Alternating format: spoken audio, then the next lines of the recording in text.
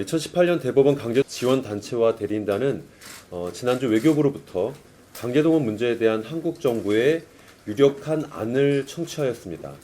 한국 정부의 유력안은 첫 번째로 일제 강제동원 피해자 지원재단이 한국 기업들의 기부를 받아 재원을 마련하고, 두 번째로 일본 기업을 상대로 하여 승소 확정 판결을 받은 피해자들에게 변제를 하는 것입니다.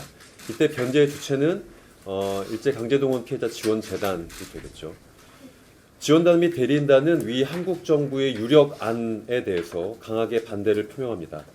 지원단 및 대리인단이 한국 정부의 유력안을 반대하는 이유는 세 가지입니다. 첫 번째로 한국 정부의 유력안은 일본 정부가 2018년 대법원 판결부터 일관되게 주장해온 한국이 해결하라라는 요구가 그대로 관철된 안입니다. 즉 영대 100의 외교적 패배이자 외교적 참사입니다. 미쯔비시 중공업이나 일본 제철과 같은 일본 피고 기업의 사죄나 출연이 없을 뿐만 아니라 일본의 다른 기업들의 출연조차 없는, 말 그대로 일본을 면책시켜주는 안입니다. 윤석열 정부의 출범 이후 한국 외교부가 일본 측에 주장해온 성의 있는 호응조차 전혀 확인되지 않습니다.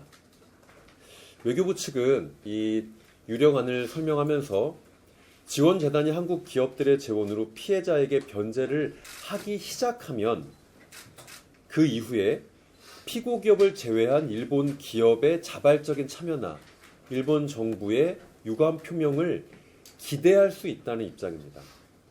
하지만 배상 책임이 있는 피고 기업이 빠진 해법은 애초에 논의할 가치조차 없다라는 입장입니다.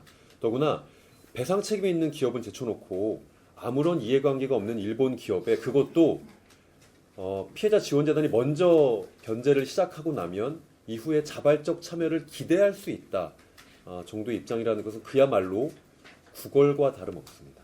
일제강점기 강제징용 피해자들에 대한 배상 문제의 해법을 논의하기 위해서 정부가 민간협의체를 만들었죠. 그런데 징용 피해자 측이 외교부에 대한 신뢰가 깨졌다면서 앞으로 협의체에 참석하지 않겠다는 뜻을 밝혔습니다.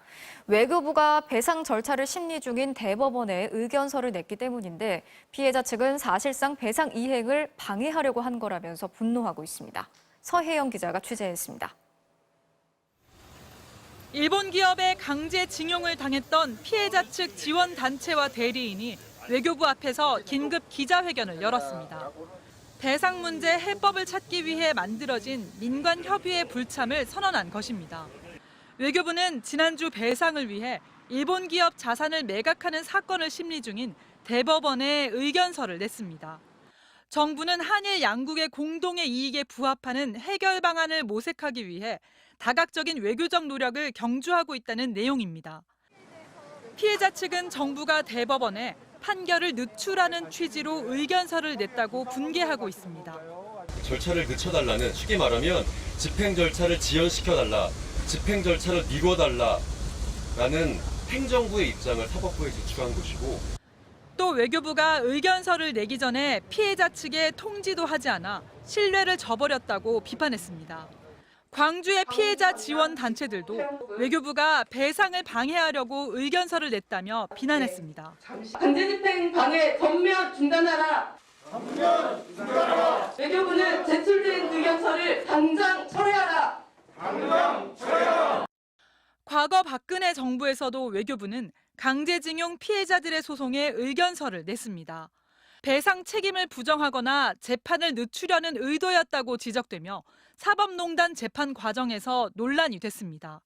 외교부는 공익과 관련된 사안에 대해선 국가기관이 의견을 낼 수 있다며 피해자 측 없이 민간협의회를 유지하겠다는 입장입니다.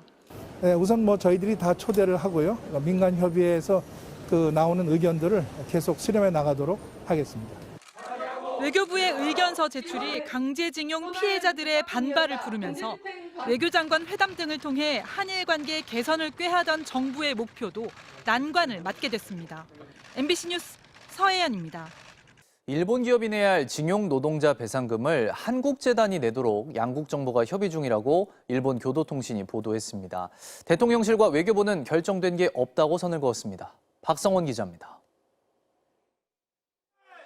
지난 2018년 우리 대법원은 미쓰비시 중공업 등에 강제동원 피해자에게 1인당 1억 원 상당의 배상금을 지급하라고 판결했습니다. 하지만 일본 정부는 1965년 한일 청구권 협정 체결 당시 제공한 경제협력을 통해 배상 문제가 해결됐다고 주장해왔고 해당 기업들도 배상 협의에 응하지 않자 피해자들은 일본 기업들의 국내 자산 압류 등 법적 절차를 진행했습니다.